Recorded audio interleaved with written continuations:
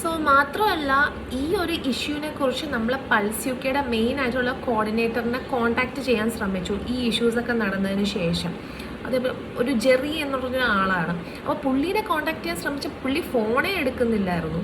And next day, അതായത് April 13 നമുക്ക് പറഞ്ഞിട്ടുണ്ടായിരുന്ന Dal lake, tulip garden, Nishant Bagh, Hazrat Bagh mosque, അങ്ങനത്തെ കുറച്ച് സ്പോട്ട്സൊക്കെ കവർ ചെയ്യാനായിരുന്നു നമുക്ക് തന്നിട്ടുണ്ടായിരുന്നത്. അപ്പം ആദ്യം തന്നെ നമ്മൾ രാവിലെ ഡാൽ ലേക്ക് കവർ ചെയ്തു. ഡാൽ ലേക്കിൻ്റെ റൈഡ് ഓക്കെ, ഒരു 2 hours റൈഡ്, അത് നല്ലതായിരുന്നു. അതിനുശേഷം നമ്മൾ അവിടെ തന്നെ ഉണ്ടായിരുന്നൊരു ഹോട്ടലിൽ ലഞ്ച് കഴിച്ചതിന് ശേഷം തുലിപ് ഗാർഡൻ വിസിറ്റ് ചെയ്തു. തുലിപ് ഗാർഡനിലും അതും ഓക്കെ ആയിരുന്നു അതേപോലെ. പക്ഷേ ടൈം ലിമിറ്റേഷൻ ഉണ്ടായിരുന്നു, ഇത്ര സമയത്തിനുള്ളിൽ നിങ്ങൾ പുറത്ത് വരണം എന്നുള്ള ടൈം ലിമിറ്റേഷൻ ഉണ്ടായിരുന്നു. പിന്നെ നിഷാന്ത് ബാഗിൽ പോയി. നിഷാന്ത് ബാഗ് പോയി കഴിഞ്ഞിട്ട് നമ്മൾ പുറത്ത് വന്ന സമയത്ത് നമ്മുടെ കശ്മീരി കോർഡിനേറ്റർ പറഞ്ഞു ഹസ്രത് ബാഗ് മോസ്ക് വിസിറ്റ് ചെയ്യാൻ പറ്റില്ല. ദ സെയിം റീസൺ, ഈദ് കാരണം കുറേ ആൾക്കാർ പോയി, അത് ഫുൾ ക്രൗഡഡ് ആയി. സോ നമുക്ക് അവിടെയുള്ള ആക്സസ് ഭയങ്കര ബുദ്ധിമുട്ടാണ്. സോ നമുക്ക് അവിടെ ഒന്നും പറയാനായിട്ട് ഇല്ല. കാരണം എന്തെങ്കിലും പറഞ്ഞാൽ ഒന്ന് പറഞ്ഞ് രണ്ടിന് അടി എന്നുള്ള അത്രയും ദേഷ്യത്തിലാണ് എല്ലാവരും നിൽക്കുന്നത്. സോ വേണ്ട എന്നുള്ളൊരു രീതിയിൽ അവിടെ മിണ്ടാതെ എല്ലാവരും നിൽക്കുകയാണ്. സോ പിന്നെ നമ്മൾ പറഞ്ഞു അതില്ലെങ്കിൽ നമുക്കൊരു സ്ട്രീറ്റ് ഷോപ്പിംഗ് എങ്കിലും അറേഞ്ച് ചെയ്ത് തരും. അപ്പോൾ പുള്ളി പറഞ്ഞു 15 minutes അറേഞ്ച് 20 minutes അറേഞ്ച് ചെയ്യാം.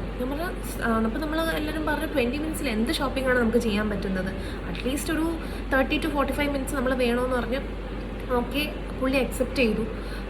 കാറിൽ കയറിയിട്ട് നമ്മൾ എല്ലാ ഫാമിലീസിനും സ്പ്ലിറ്റ് ചെയ്ത് കാറായിരുന്നു നമുക്കന്ന് ഓപ്റ്റ് ചെയ്തത്. കാരണം ലോക്കൽ പോകാൻ വേണ്ടി കാറ് മതി, ബസ്സിൻ്റെ ആവശ്യമില്ലെന്ന് പറഞ്ഞാൽ കാറിലേക്ക് കയറിയപ്പം ഇൻ ബിറ്റ്വീൻ മഴ പെയ്തപ്പോൾ പിന്നെ കശ്മീരി അവിടെയുള്ള ഡ്രൈവേഴ്സിൻ്റെ ഡ്രൈവിംഗ് സ്റ്റൈൽ എന്ന് പറഞ്ഞാൽ ഭയങ്കര റാഷ് ഡ്രൈവിംഗ് ആണ്. നമ്മളിവിടുത്തെ പോലെയല്ല, റെഡ് സിഗ്നൽ കണ്ടാലും അവർ വിട്ടു പോകും. കാരണം ട്രാഫിക് റൂൾസൊന്നും അവിടെ ആരും പാലിക്കില്ല, അങ്ങനെയുള്ളൊരു ഏരിയ ആണ്. ഭയങ്കര റാഷ് ഡ്രൈവിംഗ് ഒക്കെ ആയിരുന്നു. പിന്നെ നമുക്ക് മഴ കാരണം സ്ട്രീറ്റ് ഷോപ്പിംഗ് എങ്ങനെ ചെയ്യും, നിങ്ങളുടെ കൂടെയുള്ള ബാക്കിയുള്ളവരെല്ലാം ഹോട്ടലിൽ എത്തി എന്ന് പറഞ്ഞ് ഡ്രൈവർ നമ്മളോട് പറഞ്ഞു. അപ്പം നമ്മൾ പറഞ്ഞു ഓക്കെ അങ്ങനെയാണെങ്കിൽ ഹോട്ടലിലേക്ക് പോകാമെന്ന് പറഞ്ഞു. ഹോട്ടലിലെത്തിയപ്പം ആരും വന്നിട്ടില്ല. അപ്പോൾ ഡ്രൈവേഴ്സ് നമ്മളെ പറ്റിച്ചു. ഏറ്റവും കൂടുതൽ പറ്റിച്ചിരിക്കുന്നത് അവിടുത്തെ കാശ്മീരി കോർഡിനേറ്റർ തന്നെയാണ്. പുള്ളി പറയുന്നത് മാത്രമേ നമ്മുടെ പൾസ് യുകെയുടെ മലയാളി കോർഡിനേറ്റർ അക്സെപ്റ്റ് ചെയ്യുള്ളൂ. കാരണം പുള്ളി പറയുന്നത് ശരിയാണ് എന്നുള്ളൊരു രീതിയിലാണ് നമ്മുടെ ഭാഗത്തു നിന്നുണ്ടായിരുന്ന കോർഡിനേറ്ററും ബിഹേവ് ചെയ്തത്. അവർ നമുക്ക് കൂടുതലായിട്ടൊന്നും പറയാൻ പോവില്ല. അപ്പം ഈ ഒരു യാത്രയെ തന്നെ ഫുള്ള് കൺട്രോൾ ചെയ്ത ആ ഒരു പുള്ളിക്കാരനാണ്, കശ്മീരിലുള്ള പുള്ളിക്കാരനാണ്. കാരണം പുള്ളിയായിരുന്നു കുറേയൊക്കെ നമ്മുടെ ആ ഒരു എൻജോയ്മെൻറ്റ് സ്പോയിൽ ചെയ്തത്. പിറ്റേ ദിവസം നമ്മൾ ശ്രീനഗറിൽ നിന്ന് തിരിച്ചു. ശ്രീനഗർ ടു ഡൽഹി ടു കൊച്ചി, അങ്ങനെയായിരുന്നു ഫ്ലൈറ്റിൻ്റെ സ്റ്റാറ്റസ്. അപ്പോൾ നമ്മൾ ഏകദേശം ഒരു 9 മണിയൊക്കെ ആയപ്പോൾ തന്നെ ശ്രീനഗർ എയർപോർട്ട് എത്തി. ഭയങ്കര ചെക്കിംഗ് ആണ്. നമ്മൾ വേറെ ഒരു സ്ഥലത്തും പോകുന്നത് പോലെയല്ല, ആർമിയുടെ വക ചെക്കിംഗ് ഉണ്ടായിരിക്കും, അതേപോലെ തന്നെ അല്ലാണ്ട് എയർപോർട്ട് ചെക്കിംഗ് ഉണ്ടായിരിക്കും. അപ്പം അതിന് കുറച്ച് ടൈമൊക്കെ എടുത്തു. അപ്പോൾ ശ്രീനഗർ എയർപോർട്ടിലൊക്കെ ആണെങ്കിൽ ഇപ്പം നമ്മുടെ ബാക്കിയുള്ള എയർപോർട്ടിൽ പോലെ നമുക്ക് ഫുഡ് ഐറ്റംസ് ഒന്നും പെട്ടെന്ന് വാങ്ങാൻ കിട്ടില്ല. ആകെ കൂടെ ഫുഡ് ഐറ്റംസിന് നമുക്ക് കിട്ടുന്നത് അവിടുത്തെ ലോഞ്ച് എക്സെപ്റ്റ് ചെയ്യുമ്പോഴാണ്. അപ്പോൾ അത് എല്ലാവരും ഒന്നും ഉപയോഗിച്ചിട്ടില്ല. മാത്രമല്ല നമ്മൾ ഡൽഹി എത്തിയപ്പോൾ നമ്മുടെ പൾസ് യുകെയുടെ കോർഡിനേറ്റർ, നമ്മൾ കൂടെ വന്ന കോർഡിനേറ്റർ പറഞ്ഞ് ഫുഡ് ആരും ഫ്ലൈറ്റിൽ നിന്ന് വാങ്ങേണ്ടതില്ല, ഫുഡ് എല്ലാവർക്കും പ്രീ ബുക്ക്ഡാണ്. നോട്ട് ദ പോയിന്റ്, പ്രീ ബുക്ക്ഡാണ്. അപ്പോൾ എല്ലാവരും ആശ്വസിച്ചു. കുട്ടികളൊക്കെ ഉള്ള പാരൻസ് എല്ലാവരും ആശ്വസിച്ചു. ആ ഫുഡ് കിട്ടുമല്ലോ, കുട്ടികൾക്ക് വേണ്ടിയിട്ട് ഏറ്റവും നമുക്ക് ഇത് ചെയ്യേണ്ടത് കുട്ടികളുടെ കാര്യത്തിലാണല്ലോ. ഫുഡ് പ്രീ ബുക്ക്ഡ് അല്ല, ഫുഡ് പ്രീ ബുക്ക്ഡ് ആണ്, ആരും വാങ്ങേണ്ടതില്ല. ഫ്ലൈറ്റ് കയറുമ്പം നിങ്ങൾക്ക് അതായത് സ്ഥലങ്ങളിൽ ഫുഡ് എത്തും എന്നുള്ളൊരു ഉറപ്പ് നമുക്ക് തന്നു. അപ്പം നമ്മൾ അത് വിശ്വസിച്ചാണ് ഇരിക്കുന്നത്. അപ്പം നേരെ ഫ്ലൈറ്റിൽ കയറി, ഡൽഹിയിൽ നിന്ന് ഫ്ലൈറ്റിൽ കയറി. അപ്പോൾ എയർ ഹോസ്റ്റസ് ഫുഡ് കൊണ്ടുവരുന്ന സമയം നമ്മൾ കുറച്ച് പേര് ഫുഡ് ചോദിച്ചപ്പോൾ അവർ വാസ് കൺഫ്യൂസ്, ലൈക്ക് നിങ്ങളാരും പ്രീ ബുക്ക്ഡ് അല്ലല്ലോ, നിങ്ങൾ പേ ചെയ്ത് വേണം വാങ്ങിക്കാനെന്ന് പറഞ്ഞു. We were like shocked. അപ്പോൾ അങ്ങനെ ആ ഒരു സമയം കുറച്ച് കൺഫ്യൂഷൻസ് ഒക്കെ ഉണ്ടായിരുന്നു. അപ്പോൾ കോർഡിനേറ്റർ വന്ന് ഇടപെടുന്നതിന് മുന്നേ ഞങ്ങൾ പലരും വിശപ്പ് കാരണം ഫുഡ് മേടിച്ചായിരുന്നു. എന്നിട്ട് പുള്ളി വന്ന് പറഞ്ഞു ഫുഡ് വാങ്ങിച്ചവരാണെങ്കിൽ ഓക്കെ, പൈസ കൊടുത്തവരാണെങ്കിൽ അവരൊരു പൈസ കൊടുത്ത് വാങ്ങുമോ, ഇനിയുള്ളവർ ഫുഡ് പ്രൊവൈഡ് ചെയ്യുമെന്ന് പറഞ്ഞു. അപ്പോൾ ആ രീതിയിലും നമ്മൾ നല്ല രീതിക്ക് പറ്റിക്കപ്പെട്ടു. ഫുഡൊന്നും ഓക്കെ അല്ലാണ്ട് കുറേ ആൾക്കാരൊക്കെ ഭയങ്കരമായിട്ട് വിഷമിച്ചു. കാരണം കുട്ടികളുണ്ടായിരുന്ന പേരൻസ് ഉണ്ടായിരുന്നു, അവർക്ക് ഭയങ്കര രീതിയിൽ അത് ഇതായി. അപ്പം ഇതെല്ലാം നമ്മൾ പൾസ് യുകെയുടെ മെയിൻ കോർഡിനേറ്ററിനെ റിപ്പോർട്ട് ചെയ്യാൻ ശ്രമിച്ചപ്പോൾ പുള്ളി ഫോൺ എടുക്കുന്നില്ല. ഒരു പല പല ഫാമിലീസും കോൺടാക്ട് ചെയ്യാൻ ശ്രമിച്ചു, പക്ഷെ പുള്ളി ഫോൺ എടുക്കുന്നില്ല. അതുപോലെ തന്നെ എയർപോർട്ടിൽ വെച്ച്, അതായത് ഡൽഹി എയർപോർട്ടിൽ വെച്ച് നമ്മുടെ കൂടെ വന്ന, നമ്മുടെ ആ ടൈമിന് കശ്മീർ എക്സ്പ്ലോർ ചെയ്യാൻ വന്ന വേറെ കുറച്ച് ഗ്രൂപ്പിനെ നമ്മൾ പരിചയപ്പെടുക ഉണ്ടായി. അപ്പോൾ അവരോട് ചോദിച്ചപ്പോൾ അവർക്ക് ഗുൽമാർഗ് പോകാൻ യാതൊരു ബുദ്ധിമുട്ടും ഇല്ലായിരുന്നു, എല്ലാം പക്ക ഓക്കെ ആയിരുന്നെന്നാണ് അവർ പറഞ്ഞത്. അപ്പം നമ്മൾ നല്ല രീതിയിൽ പറ്റിച്ചതാണ് അവർ. അതുപോലെ തന്നെ ഒരു 1 വീക്ക് ബാക്ക് ഒക്കെ ആയപ്പോൾ അവരുടെ ഇൻസ്റ്റാ പേജിൽ നമ്മൾ ആ ഗ്രൂപ്പ് പോയതിൻ്റെ ഫോട്ടോ അവർ പോസ്റ്റ് ചെയ്തിട്ടുണ്ടായിരുന്നു. ഹാപ്പി ഫാമിലീസ് ഹാപ്പി സ്മൈൽസ് എന്ന് എന്തോ ഒരു ക്യാപ്ഷൻ കൊടുത്ത് പോസ്റ്റ് ചെയ്തിട്ടുണ്ടായിരുന്നു. അപ്പോൾ അതിൻ്റെ താഴെ ഞാനും എൻ്റെ ഹസ്ബൻഡും കയറി നമ്മുടെ നെഗറ്റീവ് റിവ്യൂ പോസ്റ്റ് ചെയ്തു. അപ്പം 2 ഡേയ്സ് ബാക്ക് നമ്മളത് ചെക്ക് ചെയ്യുമ്പോൾ ആ പോസ്റ്റ് അവരത് അവിടുന്ന് റിമൂവ് ചെയ്തു. മേ ബി അവരുടെ ആ ഒരു ഫെയിമിനെ ബാധിക്കുമെന്ന് കരുതിയായിരിക്കും. പക്ഷേ ഇതാണ് യഥാർത്ഥത്തിൽ നടന്ന സംഭവം. അതേപോലെ നമ്മുടെ കൂടെ വന്ന ഒരു ഫാമിലി 3rd ടൈമാണ് പൾസ് UK ആയിട്ട് അവർ ട്രാവൽ ചെയ്യുന്നത്. ആദ്യം തായ്ലാൻഡ്, പിന്നെ സിംഗപ്പൂർ, മലേഷ്യ ഒക്കെ പോയിരുന്നു. അതൊക്കെ ഭയങ്കര ഓക്കെ ആയിരുന്നു. അതുകൊണ്ടാണ് പൾസ് UK തന്നെ മതി എന്ന് പറഞ്ഞാൽ അവർ 3rd ടൈം ഓപ്റ്റ് ചെയ്തത്. പക്ഷേ 3rd ടൈം ഭയങ്കരമായിട്ട് പാളിപ്പോയെന്നാണ് അവരും പറഞ്ഞത്. ഇനി കശ്മീരിലേക്ക് പോകാൻ ഈ പൾസ് UK ഓപ്റ്റ് ചെയ്യുന്നവർ ദയവായി ഒന്ന് ശ്രദ്ധിക്കുക. നിങ്ങൾക്കൊരു വില കാണില്ല, നിങ്ങൾ കൊടുക്കുന്ന പൈസയ്ക്കൊരു വില കാണില്ല, ഒന്നുമേ കാണില്ല. അവരിങ്ങനെ ചുമ്മാ ഒരു ഐറ്ററി ഞാൻ പറയുന്നല്ലോ, നിങ്ങളെ ജസ്റ്റ് അട്രാക്റ്റ് ചെയ്യാൻ വേണ്ടിയിട്ടൊരു ഫാക്ടർ മാത്രമാണ്. ഐറ്ററിയൊക്കെ കണ്ടിട്ടായിരിക്കുമല്ലോ നമ്മൾ പലരും ഇവരുമായിട്ട് എൻക്വയറി ചെയ്ത് ടൂറൊക്കെ ഫിക്സ് ചെയ്യുന്നത്. അങ്ങനെയുള്ളവർ ദയവേത് ശ്രദ്ധിക്കാൻ, നിങ്ങൾ നല്ല രീതിയിൽ പറ്റിക്കപ്പെടാം. കാരണം ഇവർ ചെയ്തു തന്ന ആകെപ്പാടെ ഉള്ള നല്ല 2 കാര്യങ്ങളെന്ന് പറഞ്ഞാൽ, ഇവർ നമുക്ക് സെറ്റ് ചെയ്ത് തന്ന ഹോട്ടൽ, അതുപോലെ തന്നെ നമുക്ക് കുറച്ച് നല്ല ആൾക്കാരെ പരിചയപ്പെടാൻ പറ്റി എന്നുള്ളൊരു പ്ലസ് പോയിന്റ് മാത്രമേ ഉള്ളൂ. അല്ലാതെ അവർ ചെയ്തു തന്ന ഓരോ കാര്യങ്ങളും വേസ്റ്റ് ആയിരുന്നു. ആർക്കും അതിലൊരു അഡ്വാൻറ്റേജ് പോലും കിട്ടിയിട്ടില്ല. ചുമ്മാ പൈസ വേസ്റ്റ് അല്ലാതെ ആയി എന്നല്ലാതെ വേറെ ഒരു ഗുണവും ആർക്കും ഉണ്ടായിട്ടില്ല. ഇനി നിങ്ങളോട് എനിക്ക് പറയാനുള്ളത് എന്തെന്ന് വെച്ചാൽ, ഇങ്ങനത്തെ യാത്രകൾ പോകുമ്പം നിങ്ങൾ നല്ല രീതിക്ക് അന്വേഷിക്കുക. ഇപ്പോൾ ഏതൊരു ട്രാവൽ ഏജൻസി ആയാലും നല്ല രീതിക്ക് അന്വേഷിക്കുക. ഒരു ബെസ്റ്റ് സൊല്യൂഷൻ എന്ന് പറയുന്നത് നല്ല എക്സ്പീരിയൻസ്ഡ് ആയിട്ടുള്ള ഒരു ഏജൻസി ചൂസ് ചെയ്യാമെന്നാണ്. ഇപ്പം എല്ലാവരെയും കുറ്റം പറയുന്നൊന്നും അല്ല. ഈ പൾസ് UK പോലുള്ള ഏജൻസീസ് ചിലതുണ്ട്. കാരണം പൈസ വാങ്ങിച്ചിട്ട് ആൾക്കാരെ പറ്റിക്കുന്ന രീതി, it's a big scam that is happening.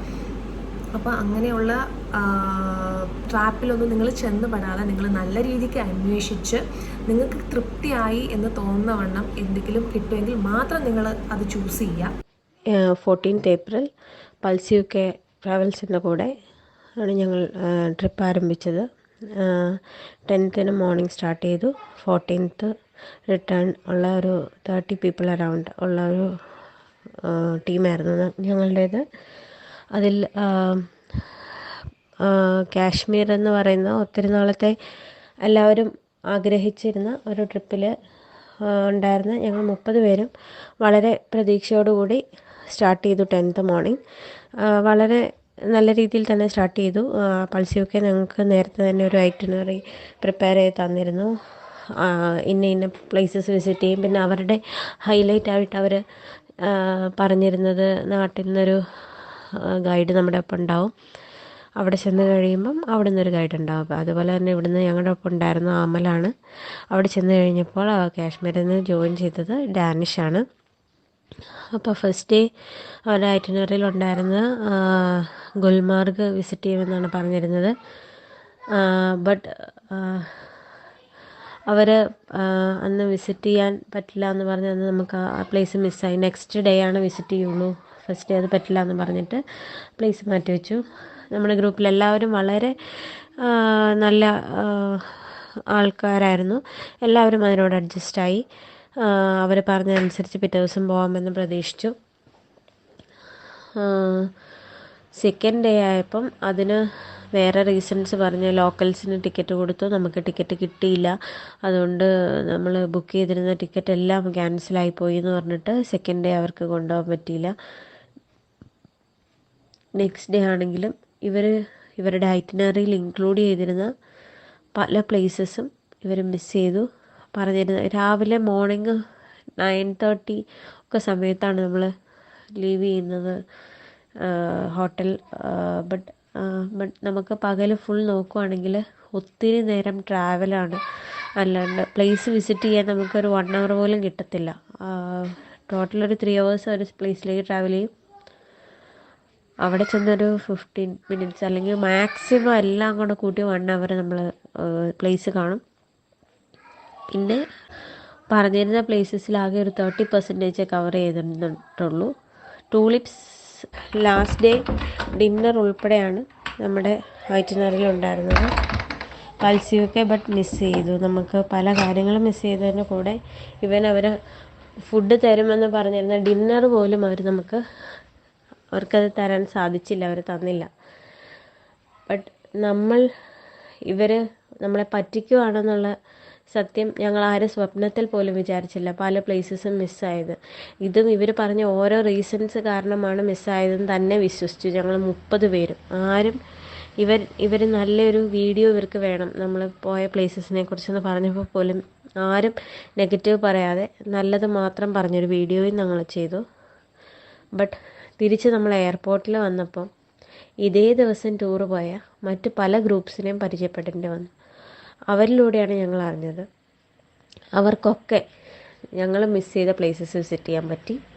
ഞങ്ങളുടെ ഗ്രൂപ്പ് മാത്രമാണ് മിസ് ചെയ്തതെന്ന് മനസ്സിലാക്കി. അപ്പോഴാണ് ഞങ്ങൾക്ക് ഒരു സംശയം തോന്നി. എങ്കിലും പൾസിയൊക്കെ പറ്റിക്കുമെന്ന് ഞങ്ങളുടെ മനസ്സിൽ ഞങ്ങൾ വിശ്വസിച്ചിരുന്നില്ല. ഞങ്ങൾ പൾസിയൊക്കെ പറ്റിക്കും അങ്ങനെ ഞങ്ങൾക്ക് വിശ്വസിക്കാൻ പോലും പറ്റിയിരുന്നില്ല. നമ്മൾ സംശയത്തോടെ നോക്കിക്കണ്ടു. ബട്ട് ലാസ്റ്റ് നമ്മുടെ ഫുഡും കൂടെ മിസ്സായി കഴിഞ്ഞപ്പോഴാണ് നമുക്ക് ആ സത്യം മനസ്സിലായത്. പറ്റിക്കപ്പെടുമായിരുന്നു, തികച്ചും പറ്റിക്കപ്പെടുമായിരുന്നു എന്നല്ലാതെ മറ്റൊരു വാക്ക് അതിന് പറയാനില്ല. കുഞ്ഞു കുട്ടികളെ കൊണ്ട് വന്ന പലരുണ്ടായിരുന്നു, പല പേരൻസ് ഉണ്ടായിരുന്നു.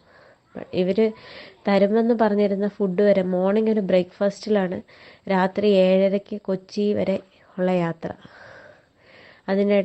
അതിനിടയ്ക്ക് അവർ ഡിന്നറൊക്കെ പ്രൊവൈഡ് ചെയ്തെന്ന് പറഞ്ഞിരുന്നെങ്കിലും അവരുടെ ഐറ്റിനറിയിൽ ഉണ്ടായിരുന്ന ഫുഡ് അവർ ചെയ്തു തന്നില്ല.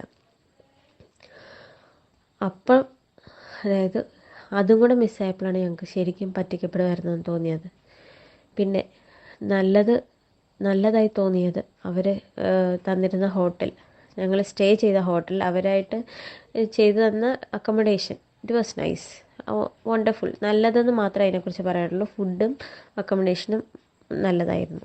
ബട്ട് നമുക്ക് പ്ലേസസ് വിസിറ്റ് ചെയ്യാൻ വേണ്ടിയാണ് നമ്മൾ ഇത്രയും ക്യാഷ് മുടക്കി ഒത്തിരി നാളത്തെ സ്വപ്നം സബലീകരിക്കാൻ പലരും പല കാര്യങ്ങളും മാറ്റി വെച്ചിട്ട് ഈ ഡേറ്റ്സിൽ അവിടെ വരെ വന്നത്. അതിനോട് ആ ഐറ്റിനറിയിൽ ഉണ്ടായിരുന്ന സ്ഥലങ്ങൾ വിസിറ്റ് ചെയ്തിട്ടില്ല. അതിനോട് നീതി പുലർത്താൻ സാധിച്ചിട്ടില്ല പൾസി യുകെക്ക്. ഈ ടൂർ പാക്കേജിന് ഒരു ക്ലാരിറ്റി ഇല്ല. പലർക്കും പല റേറ്റാണ് അവർ പറയുന്നത്. ഞങ്ങളോട് പറഞ്ഞിരിക്കുന്നത് 60,000 വെച്ചാണ് പറഞ്ഞത്. 60,000 വെച്ചാണ് 1,20,000 പേ ചെയ്തു. പക്ഷേ അതിനുശേഷം ഞാൻ പലരോടും ചോദിച്ചു കഴിഞ്ഞപ്പോൾ 60,000 ആയിട്ടില്ല, എല്ലാവരുടെയും കയ്യിൽ നിന്ന് 56,000 മേടിച്ചിട്ടുള്ളൂ. ഞങ്ങളുടെ കയ്യിൽ നിന്ന് എക്സ്ട്രാ 2 പേരുടെ കയ്യിൽ നിന്ന് 8,000 വാങ്ങിച്ചു. അപ്പോൾ അത് ഞാൻ ടൂറ് കഴിഞ്ഞ് പുറത്തിറങ്ങിയപ്പോൾ ഈ പറയുന്ന ഓണറെ പേഴ്സണലി കാണാൻ പറ്റി. ഞങ്ങൾ പോയ റെസ്റ്റോറൻറ്റ് ഇയാളും ഇയാളുടെ ഫ്രണ്ട്സും കൂടെ വന്നിട്ടുണ്ടായിരുന്നു. അപ്പോൾ ഇയാൾ പറഞ്ഞു ഞങ്ങൾക്ക് മിസ്റ്റേക്ക് പറ്റിയതായിരിക്കും, അങ്ങനെയാണ് ഇങ്ങനെയാണ് കുറേ ന്യായങ്ങൾ പറഞ്ഞു. അതായത് നമ്മളൊന്നും പറയാനും സമ്മതിക്കുന്നില്ല. അയാളൊരു എന്താ പറയുന്നത്, നമുക്കൊരു മാന്യമായിട്ടല്ല അയാൾ ബിഹേവ് ചെയ്യുന്നത്. അപ്പോൾ അയാളുടെ അടുത്തുനിന്ന് അതിനുശേഷം പറഞ്ഞു നാളെ മോർണിംഗ് തന്നെ 10 മണിക്ക് മുമ്പ് അക്കൗണ്ടിൽ ക്യാഷ് വരുമെന്ന് പറഞ്ഞു, അയച്ചിരിക്കുന്ന അക്കൗണ്ട് നോക്കിയിട്ട്. പക്ഷേ അത് കഴിഞ്ഞിട്ട് അക്കൗണ്ടിൽ ഞങ്ങൾക്ക് പൈസ വന്നില്ല. എൻ്റെ വൈഫായിരുന്നു കോൺടാക്ട് ചെയ്ത്. അവർ 2 പ്രാവശ്യം കോൺടാക്ട് ചെയ്തു. മൺഡേ കോൺടാക്ട് ചെയ്തു, ട്യൂസ്ഡേ, അങ്ങനെ 3 ദിവസം കോൺടാക്ട് ചെയ്തപ്പോഴാണ് നമുക്ക് അക്കൗണ്ടിൽ അവർ ക്യാഷ് ഇട്ടത്. അവസാനം എന്താ പറയുക, നമുക്ക് ശല്യം ചെയ്ത പോലെ അയാളുടെ അക്കൗണ്ടിനെ വിളിച്ചുകൊണ്ടിരുന്നിട്ടാണ് ലാസ്റ്റ് നമ്മുടെ അക്കൗണ്ടിലേക്ക് ആ ബാലൻസ് എമൗണ്ട് തന്നത്. സോ ഇതൊക്കെയായിരുന്നു എൻ്റെ എക്സ്പീരിയൻസ്. സോ നിങ്ങൾക്ക് വീഡിയോ ഇഷ്ടപ്പെട്ടാൽ ലൈക്ക് ചെയ്യുക, കമൻറ്റ് ചെയ്യുക, ഷെയർ ചെയ്യുക. മാത്രമല്ല നിങ്ങൾ എൻ്റെ ചാനൽ ഫസ്റ്റ് ടൈമാണ് കാണുന്നതെങ്കിൽ സബ്സ്ക്രൈബ് ചെയ്യുക. സബ്സ്ക്രൈബ് ചെയ്തതിന് ശേഷം തൊട്ടടുത്ത് കാണുന്ന ബെൽ ഐക്കൺ കൂടെ എനേബിൾ ചെയ്യുകയാണെങ്കിൽ ഞാൻ എപ്പോൾ പുതിയ വീഡിയോസ് അപ്ലോഡ് ചെയ്താലും നിങ്ങൾക്ക് നോട്ടിഫിക്കേഷനായിട്ട് കിട്ടുന്നതായിരിക്കും. സോ ഇനി ഒരു വീഡിയോയിൽ കാണാം. Tata, bye bye.